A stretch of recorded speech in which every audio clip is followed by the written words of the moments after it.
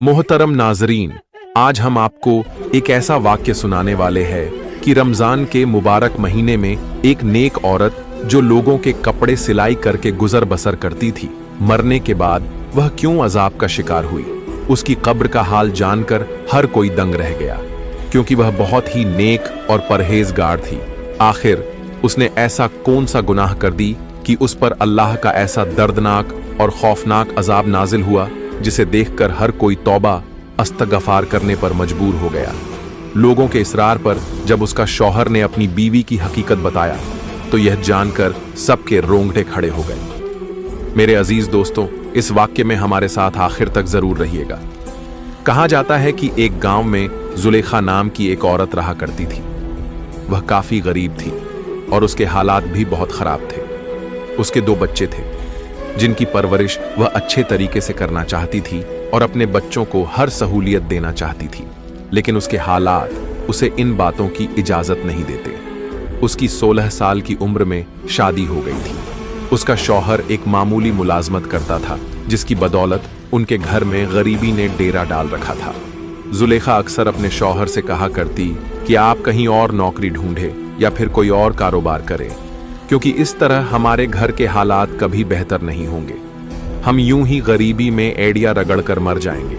लेकिन उसका शौहर इतना पढ़ा लिखा नहीं था और फिर नौकरी के मौके भी कम थे। यही वजह थी कि वह अपनी बीवी से कहता कि मैं बहुत कोशिश करता हूं, लेकिन कहीं और काम नहीं मिल रहा। मैं कैसे काम ढूंढूं, कहां ढूंढूं? वह बेबसी से अपना सर थाम कर रह जाता, जबकि जुलेखा उससे झगड़ा करती और कहती कि हमारे बच्चे होने वाले हैं, हम कब तक यूं गरीबी वाली जिंदगी जीते रहेंगे। लेकिन जुलेखा का शौहर उसकी एक नहीं सुनता था। घरेलू झगड़ों से वह तंग आने लगा था। तभी जुलेखा के घर जब पहली बेटी ने जन्म लिया तो जुलेखा का दिल उसके साथ फैल गया और वह मोहब्बत से उसके साथ वक्त बिताने लगी। लेकिन जैसे ही बच्ची थोड़ी बड़ी हुई, उसकी जरूरतों ने जुलेखा को फिर से अपने शौहर के सामने लाकर खड़ा कर दिया और वह कहने लगी कि अब तो हमारी बच्ची भी हो गई है। आप बहुत मुश्किल से मेरी ज़रूरतों को पूरा करते हैं, लेकिन अब बच्ची की ज़रूरतें कैसे पूरी करेंगे? आप कोई और काम ढूंढ क्यों नहीं लेते? जुलेखा का शौहर झुंझला जाता और गुस्से में आकर कहता कि मैं कहां से खर्चे पूरे करूं? तुम अच्छी तरह जानती हो कि मेरी तनख्वाह कितनी है। जो तनख्वाह मिलती है तुम्हारे हाथ पर रख देता हूं। मैं किस तरह तुम्हारे इन एक्स्ट्रा खर्चों के लिए रकम लाऊं? ना तो मैं कहीं डाका डाल सकता हूं और ना ही चोरी कर सकता हूं, इसलिए जो मिल रहा है उसी पर सब्र से काम लो। जुलेखा का शौहर तंग आकर अपनी बीवी से कहकर दूसरे कमरे में जाकर सो जाता, जबकि वह सारी रात सोचती रहती और फूट फूट कर रोती रहती। इन्हीं हालात में यास्मीन का दूसरा बच्चा होने वाला हो गया और अब फिर से उसे इसी बात की परेशानी थी कि वह सारे खर्चे किस तरह पूरे करेगी। परेशानी और टेंशन लेकर उसकी सेहत खराब हो रही थी और वह हाई ब्लड प्रेशर की मरीज बन रही थी। बहुत मुश्किल से उसके यहाँ बेटे की विलादत हुई। डॉक्टर ने तो जैसे उसे जवाब ही दे दिया था, क्योंकि उसका ब्लड प्रेशर बहुत हाई रहता था। लेकिन शुक्र है कि जुलेखा और बच्चे की सेहत ठीक रही थी। कुछ अरसे तक ऐसे ही गुजर गया। जुलेखा अपने दोनों बच्चों के साथ मशरूफ हो गई। बड़ी बेटी अब 4 साल की होने वाली थी और बेटा 2 साल का हो गया था। अब फिर से जुलेखा को इस बात का ख्याल सताने लगा कि बेटी को स्कूल में दाखिल करवाना है और इसके लिए जुलेखा को फिर से अच्छी खासी रकम की जरूरत थी।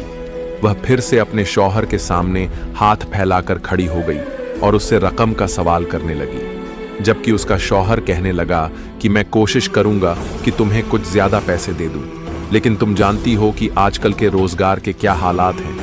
अगर मैंने अपने मालिक से ज्यादा पैसों का सवाल किया तो कहीं यह ना हो कि वह मुझे काम से ही निकाल दे, और मैं अगर काम से रिटायर हो गया तो घर का खर्च चलाना भी मुश्किल हो जाएगा।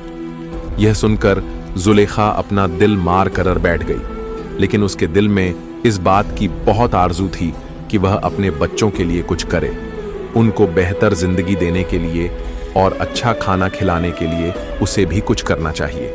यही सोच सोचकर जुलेखा परेशान होती रहती, लेकिन उसकी समझ में कुछ नहीं आता था। इन्हीं दिनों में जुलेखा के मोहल्ले में एक औरत किराए पर रहने के लिए आई। वह जुलेखा से 2 घर छोड़कर ही रहती थी। वह बेवा औरत थी। इस औरत के 2 बच्चे थे और शौहर के इंतकाल के बाद वह अकेले जिंदगी गुजार रही थी। जुलेखा की उसे आते जाते सलाम दुआ हो गई और तब उसे पता चला कि वह औरत घर पर कपड़े सिलाई करती है और इसी से अपनी गुजर बसर करती है। उस औरत का नाम राबिया था। जुलेखा को यह काम बड़ा आसान लगा और उसके दिल में भी ख्याल आया कि उसे भी अपने हालात बदलने के लिए लोगों के कपड़े सिलाई करने चाहिए। इस तरह शायद उसके बच्चे भी बेहतर जिंदगी गुजार सके। यही सोचकर जुलेखा ने राबिया से बात की और कहा, मुझे भी सिलाई सिखा दें। मैं चाहती हूं कि मेरे हालात भी बेहतर हो जाएं। मेरे शौहर की कमाई में मेरा गुजारा नहीं होता, जिसकी वजह से मैं बहुत सारी चीजों के ऊपर अपना दिल मार कर बैठ जाती हूं। मेरे बच्चों को अच्छे कपड़े नहीं मिलते, उन्हें अच्छा खाने को नहीं मिलता। मैं बहुत परेशान होती हूं। आप अगर मुझे भी सिलाई सिखा देंगी तो मेहरबानी होगी। शायद इस तरह मेरी भी मुश्किल आसान हो जाए। जुलेखा ने जब राबिया से दरख्वास्त की तो राबिया ने फौरन रजामंदी दे दी और कहने लगी, अरे ये तो कोई मुश्किल बात नहीं है, तुम रोज मेरे पास आया करो। मुझे पूरी उम्मीद है कि तुम जल्द ही यह काम सीख लोगी। और यूं जुलेखा ने राबिया के पास जाना शुरू कर दिया। वह रोजाना बच्चों को स्कूल भेजकर राबिया के पास आ जाती। राबिया के बच्चे भी स्कूल चले जाते थे और वह दोनों बैठकर कपड़े सिलाई करती। जुलेखा धीरे धीरे काम सीख रही थी और फिर बहुत जल्द उसके काम में बढ़ोतरी आती गई। अब तो वह राबिया की मदद के बिना भी सूट सिलने लगी थी। जिस दिन उसने पहली बार एक सूट सिलाई किया, उस दिन वह बेहद खुश हुई और खुशी खुशी उसने अपने शौहर को भी इस बारे में बताया। लेकिन उसके शौहर ने यह बात सुनकर कोई खास खुशी का इजहार नहीं किया, बल्कि कहने लगा, अरे ये सूट सिलकर तुम कितने पैसे कमा लोगी? मुश्किल से तुम्हें चंद रुपए मिलेंगे। तुम जानती तो हो कि यहाँ के हालात कैसे हैं। हमारे जैसे ही लोग यहाँ पर रहते हैं जो सिलाई के नाम पर तुम्हें चंद रुपए ही देंगे। जुलेखा के शौहर ने उसका दिल तोड़ दिया, जिससे वह चुपचाप रह गई। लेकिन उसने सोच लिया था कि एक बार हिम्मत करके अपने हालात को बदलने की कोशिश जरूर करेगी। यही सोचकर उसने अब घर में बाकायदा कपड़े सिलाई करने शुरू कर दिए। शुरुआत में उसे बहुत कम काम मिलता था, लेकिन फिर धीरे धीरे जैसे जैसे उसके काम में सफाई और नफासत आती गई, वैसे वैसे उसे ज्यादा काम मिलने लगा। अब तो जुलेखा बेहद मसरूफ रहने लगी थी। वह कपड़े सिलाई करती और अक्सर घर के कामों और बच्चों को नजरअंदाज करने लगी थी। इसी दौरान वह तीसरी बार हामिया हो गई और उसकी तबीयत काफी खराब सी रहने लगी। लेकिन इस दौरान भी जुलेखा ने सिलाई का काम नहीं छोड़ा, बल्कि वह लगातार कपड़े सिलती रहती और बच्चों को नजरअंदाज करके अपने काम में लगी रहती। तीसरी बार जुलेखा के यहाँ फिर से एक बेटी ने जन्म लिया और अब जुलेखा बहुत ज्यादा कमजोर हो चुकी थी। लेकिन इस दौरान भी उसने कपड़े सिलना नहीं छोड़ा। जुलेखा की बड़ी बेटी अब बड़ी हो रही थी। बड़े दोनों बच्चे तो स्कूल जाते थे और उनके सारे खर्च जुलेखा ही उठा रही थी, जबकि उसके शौहर की मामूली सी तनख्वाह में घर का 2 वक्त का खाना पूरा करना ही बहुत बड़ा काम था। राबिया अब यहां से जा चुकी थी, क्योंकि इस घर का किराया बढ़ चुका था और राबिया इतना किराया नहीं दे सकती थी। इसलिए उसने कहीं और एक सस्ता घर किराए पर ले लिया। जुलेखा ने दिन रात मेहनत मजदूरी करके, लोगों के कपड़े सिलाई करके और कस्ते डालकर एक छोटा सा प्लॉट खरीद लिया था। उसका इरादा था कि जल्द ही इस पर एक घर तामीर किया जाए, क्योंकि वह किराए के घर से तंग आ चुकी थी और अब इस झंझट से निजात पाना चाहती थी, क्योंकि उसके बच्चे बड़े हो रहे थे। उनके खर्चे भी उसी हिसाब से बढ़ रहे थे। जुलेखा की आंखों पर अब चश्मा लग चुकी थी और वह पहले से कमजोर हो गई थी। उसे अपने शौहर से कोई लगाव नहीं रहा था। उसका शौहर भी मेहनत और मजदूरी करके रात को थका हुआ आता था और जुलेखा की थोड़ी सी तवज्जो के लिए तरसता था। इसी दौरान रमजान के महीना शुरू हो चुके थे और तभी एक दिन ना जाने क्या हुआ कि जुलेखा की हालत बिगड़ने लगी। उसका सांस उखड़ने लगा था और वह बेहद कमजोरी महसूस कर रही थी। जुलेखा ने अपनी तबीयत को नजरअंदाज किया और मशीन पर बैठकर कपड़े सिलती रही। लेकिन कुछ ही देर गुजरी थी कि वह बेचैनी से अपने सीने को मलने लगी। ऐसा लग रहा था जैसे कोई भारी बोझ उसके सीने पर रखा है।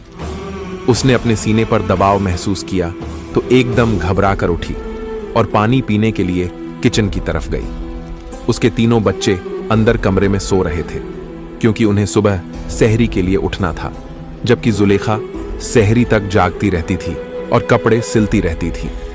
उस वक्त जब वह किचन में आई तो पानी का गिलास हाथ में उठाया और तो एकदम घबरा कर उठी और पानी पीने के लिए किचन की तरफ गई। उसके तीनों बच्चे अंदर कमरे में सो रहे थे क्योंकि उन्हें सुबह सहरी के लिए उठना था, जबकि जुलेखा सहरी तक जागती रहती थी और कपड़े सिलती रहती थी। उस वक्त जब वह किचन में आई तो पानी का गिलास हाथ में उठाया और जैसे ही होठों से लगाया, अचानक उसके हाथों से जान निकल गई और वह जमीन पर गिर पड़ी। न जाने कितनी देर तक वह इसी हालत में पड़ी रही। जब उसके शौहर की आंख खुली तो वह पानी पीने के लिए किचन में आया और वहां जुलेखा को जमीन पर पड़ा देखा तो घबरा गया। उसने जुलेखा को हिलाया, उठाया और आवाजें देने लगा, लेकिन जुलेखा की रूह पहले ही अपने आखिरी सफर पर रवाना हो चुकी थी। जुलेखा का शौहर बेहद परेशान हो गया। वह सोच भी नहीं सकता था कि जुलेखा अचानक उसे छोड़कर चली जाएगी। उसने दीवानों की तरह उसे आवाजें दी, लेकिन सब बेकार रहा। जुलेखा मर चुकी थी और इस वक्त मरी हुई हालत में किचन में गिरी हुई थी। उसके शौहर ने बहुत मुश्किल से उसे उठाकर चारपाई पर लिटाया। बाप की चीख पुकार सुनकर उसके तीनों बच्चे भी जाग गए थे। उन्हें तो इस बात की खबर ही नहीं थी कि उनका कितना बड़ा नुकसान हो गया है। उनकी मां इस दुनिया से रुखसत हो चुकी थी, लेकिन वह इस सच्चाई से अनजान थे। जब उन्होंने अपनी मां को मरा हुआ देखा तो तीनों रोने लगे, तड़पने लगे। मां को याद करके उनके आंसू बहने लगे। चीख पुकार की आवाज सुनकर मोहल्ले वाले भी जाग चुके थे और जुलेखा के घर आकर मामले की जानकारी लेने लगे। जब उन्हें पता चला कि जुलेखा की इंतकाल हो चुकी है तो हर कोई हैरानी और सदमे में था। जुलेखा का यूं अचानक चले जाना किसी के लिए भी यकीन के काबिल नहीं था। हैरानी हद से ज्यादा थी। जुलेखा के अजीज रिश्तेदारों को खबर दी जा चुकी थी। कुछ ही घंटों में सब लोग जमा हो गए थे। जुलेखा के जनाजे का ऐलान जौहर की नमाज के बाद किया गया था। घर मेहमानों से भर चुका था। मोहल्ले वाले भी यहीं मौजूद थे और जुलेखा की तारीफों में मशगूल थे। हर कोई उसकी अच्छाइयों को याद कर रहा था। अरे, जुलेखा तो इतनी अच्छी थी कि उसने कभी अपने हालात की तंगी का रोना नहीं रोया। वह मेहनत मजदूरी करके अपने शौहर का बराबर साथ दे रही थी। दिन रात सिलाई करती और पैसा पैसा जोड़ती थी। वहां मौजूद हर औरत की जुबान पर इसी तरह के अल्फाज थे। हर कोई जुलेखा को अपने अपने लफ्जों में याद कर रहा था। उसके तीनों बच्चे इस वक्त सहमे हुए थे और जैसे उन्हें अपनी मां की मौत का यकीन ही नहीं हो रहा था। जूलिया खान का शौहर भी गहरे सदमे में था। मोहल्ले के कुछ लोग उसके साथ हमदर्दी जता रहे थे। वह सिर झुकाए बैठा था और अपनी गुजरी हुई जिंदगी के बारे में सोच रहा था। तभी जुलेखा को गुस्ल देने के लिए एक औरत आ चुकी थी और उसे गुस्ल दिया जा रहा था। गुस्ल देने के कुछ देर बाद सबको जुलेखा का आखिरी दीदार करवाया गया। उस वक्त जुलेखा के चेहरे पर बड़ी मासूमियत थी। ऐसा लग रहा था जैसे वह सो रही हो। कहीं से भी ऐसा नहीं लग रहा था कि उसकी रूह उसके जिस्म से जुदा हो चुकी है। तभी जनाजे को उठाने का वक्त हो गया। 4 लोग उसे उठाने के लिए आगे बढ़े, जिनमें जुलेखा का शौहर भी शामिल था। लेकिन जैसे ही उन्होंने जनाजा उठाने की कोशिश की, वह हैरान रह गए। जनाजा बहुत भारी हो चुका था। ऐसा लग रहा था जैसे हजारों मन वजन इस चारपाई पर रखा हो। चारों लोगों ने एक दूसरे की तरफ हैरत से देखा, क्योंकि जनाजा अपनी जगह से हिला तक नहीं था। उन्होंने दोबारा एक दूसरे को इशारा किया और फिर से कलमा ए शहादत पढ़ते हुए चारपाई उठाने की कोशिश की, लेकिन फिर वही हुआ। चारपाई अपनी जगह से हिली तक नहीं, बल्कि ऐसा लग रहा था जैसे बहुत से लोग मिलकर भी इसे नहीं उठा पाएंगे। जुलेखा के शौहर ने बाहर से 2-4 और लड़कों को बुलाया और उनसे मदद करने को कहा। वह लड़के भी आकर जनाजा उठाने लगे, लेकिन अब की बार फिर से वही मामला सामने आया। जुलेखा की मैयत हिल भी नहीं रही थी, बल्कि अब तो ऐसा महसूस हो रहा था जैसे यह मनोवजन की हो गई हो। अब मामला संगीन हो चुका था। वहां मौजूद औरतें आपस में बातें करने लगी। अरे, मैयत इतनी भारी क्यों हो गई?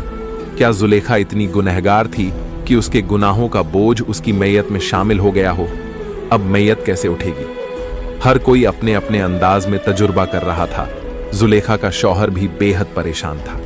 वह चाहता था कि लोग इस तरह की बातें ना करें। उसने सबको चुप कराने की कोशिश की, लेकिन वहां मौजूद औरतों की जुबान रुक नहीं रही थी। सबके चेहरों पर परेशानी थी, क्योंकि किसी को समझ नहीं आ रहा था कि अब मैयत को दफनाने के लिए कैसे ले जाया जाए।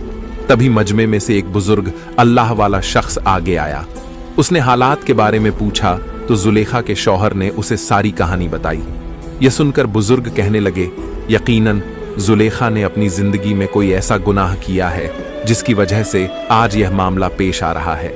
जब तक इस मसले को हल नहीं किया जाएगा तब तक इसकी मैयत नहीं उठेगी। याद करने की कोशिश करो कि जुलेखा अपनी जिंदगी में कौन सा ऐसा काम करती थी जिसकी वजह से यह सब हो रहा है। बुजुर्ग की यह बात सुनकर जुलेखा का शौहर सोच में पड़ गया, लेकिन उसे कुछ समझ नहीं आ रहा था कि आखिर ऐसा कौन सा गुनाह हो सकता है जिस पर जुलेखा की पकड़ हो गई थी। जुलेखा के बच्चे भी एक कोने में सहमे हुए खड़े थे।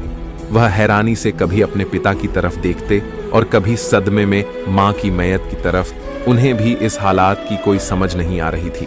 तभी कुछ देर सोचने के बाद जुलेखा का शौहर कहने लगा, ऐ अल्लाह वाले नेक बुजुर्ग, जुलेखा तो बहुत अच्छी थी, घरेलू मामलों में भी ठीक थी और आजकल वह कपड़े सिलाई करके घर का खर्चा पूरा कर रही थी। उसने मेरा बहुत बोझ बांट लिया था। जिन चीजों को मैं पूरा नहीं कर सकता था, उसने खुद मेहनत करके बच्चों के लिए वह चीजें मुहैया कराना शुरू कर दिया था।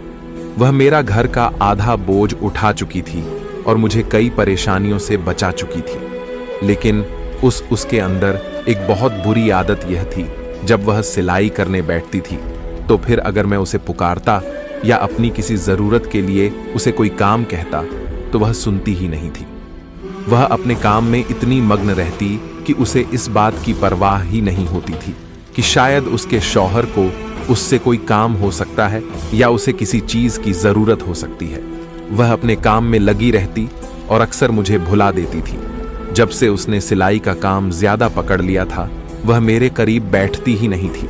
वह मेरे हक अदा नहीं करती थी, बल्कि अपनी सिलाई को तरजीह देती थी। हमें ना जाने कितना अरसा हो गया है कि हमने एक दूसरे से हंसकर बात भी नहीं की। जब मैं घर आता था तो खुद ही अपने लिए खाना निकाल कर खा लेता था और सो जाता था। मैं उसका इंतजार करता रहता, लेकिन वह मेरे पास आती ही नहीं थी। वह अपने काम में इतनी डूबी थी कि उसे यह तक याद नहीं रहता था कि उसका एक शौहर भी है। अब तो बच्चों को भी नजरअंदाज करने लगी थी। बहुत कम वह बच्चों की तरफ ध्यान देती और उनकी बातें सुनती थी। शायद इसी वजह से अल्लाह ताला ने उस पर यह अजाब दिया है। बेशक वह अपना काम करती रहती, लेकिन उसे शौहर के हुकूक का ख्याल रखना चाहिए था। वह अपने शौहर के हक का पूरी तरह भुला चुकी थी और अपने काम को ही सब कुछ बना लिया था। जुलेखा के शौहर की यह बातें सुनकर वहां मौजूद कई औरतें आपस में एक दूसरे से नजरें चुराने लगीं। उन्हें इस बात पर यकीन ही नहीं आ रहा था कि यह छोटी सी गलती इतने बड़े अजाब का सबब बन सकती है और फिर अल्लाह इस पर इतना बड़ा अजाब दे सकता है। वह औरतें इस हालात पर दंग रह गईं, जबकि जुलेखा का शौहर यह सब कुछ बताकर जैसे शर्मिंदा सा महसूस कर रहा था। तभी अल्लाह वाले बुजुर्ग आगे बढ़े और जुलेखा के शौहर के कंधे पर हाथ रखकर कहने लगे, बेटा, अब वह इस दुनिया से गुजर चुकी है। उसने जो कुछ भी किया उसे उसकी सजा मिलेगी, लेकिन इस वक्त मामला यह है कि उसकी तदफीन दफनाने का इंतजाम किया जाए और उसे यहां से कब्रिस्तान ले जाया जाए। मैं तुमसे दरख्वास्त करता हूं कि एक बार अपनी बीवी को माफ कर दो। उसने जो कुछ भी तुम्हारे साथ किया, उसकी सारी गलतियों और खताओं को भुलाकर खुले दिल से उसे माफ कर दो, ताकि उसकी मैयत को यहां से ले जाकर उसे दफन किया जा सके। वाकई अल्लाह ताला उसे उस अमल की सजा जरूर देगा जिसकी वजह से उसने तुम्हें नजरअंदाज किया और अपने शौहर को पूरी तरह भूल गई। अल्लाह वाले बुजुर्ग की यह बात सुनकर जुलेखा के शौहर ने कहा, मेरे बुजुर्ग, मैं अपनी बीवी को अल्लाह की रजा के लिए माफ करता हूं। उसने जो कुछ भी मेरे साथ किया मैंने वह सब भुला दिया। अल्लाह उसे माफ करें और उसकी अगली मंजिलें आसान करें। यह कहकर अल्लाह वाले बुजुर्ग ने मुस्कुराते हुए वहां मौजूद सब मर्दों से कहा, ठीक है, अब आप लोग मैयत को उठाए और कब्रिस्तान की तरफ रवाना हो। पहले तो सब झिझक रहे थे कि ना जाने अब भी मैयत उठेगी या नहीं, लेकिन फिर सबने आगे बढ़कर चारपाई को हाथ लगाया तो वह ऐसे उठ गई जैसे फूलों जितनी नाजुक हो। सबने कलमा ए शहादत पढ़ते हुए कब्रिस्तान की तरफ रुख किया। सब लोग मैयत को लेकर कब्रिस्तान में पहुंच गए, जबकि कब्र खोदकर मैयत को कब्र में उतरने लगे। तभी अचानक उसमें से सांप और बिच्छू निकलने लगे तो सभी लोग बहुत घबरा गए थे। लोग कहने लगे कि उस पर अल्लाह का दर्दनाक अजब आ गया है। तो सब लोग ने फैसला किया कि इसको इसी तरह कब्र में दफना दिया जाए और अल्लाह और इस औरत के लिए मगफिरत के लिए दुआ करने लगे और सभी लोगों ने अपने अपने घर आ गए। प्यारे दोस्तों, हमारे माँ बहन से गुजारिश है कि अपने शौहर से इज्जत से बात किया करें और उनका हर कहना माने। नहीं तो कुछ औरतें ऐसे हैं कि अपने शौहर को गाली गलौज मारपीट करते हैं, अपने शौहर से ऐसा रवैया रखते हैं कि यहाँ तक कुछ औरतें अपने शौहर पर हाथ भी उठा देते हैं। तो ऐसा करना यह भी बहुत बड़ी गुनाह है, अल्लाह का अजाब भी आ सकता है। मेरे माँ बहनों से गुजारिश है कि आप इस गुनाहों से बचना चाहते हैं तो अभी तौबा अस्तगफार करें और 5 वक्त की नमाज जरूर से पढ़ें, क्योंकि नमाज पढ़ने से हर गुनाहों से बचे रहेंगे और आप लोगों के रोजी रोटी में भी फायदा होगा और आप लोग हर चीज में भी कामयाब होंगे, क्योंकि अल्लाह पाक हर चीज पर कदीर है। और मेरे अजीज दोस्तों, अगर आपको यह वाकया से इबरत हासिल हुआ है तो सबसे पहले अपने फैमिली, दोस्तों, रिश्तेदारों में वीडियो को शेयर जरूर करें, क्योंकि उन्हें भी इबरत हासिल होगी और हमारे चैनल को सब्सक्राइब करके फैमिली का हिस्सा जरूर बनेगा।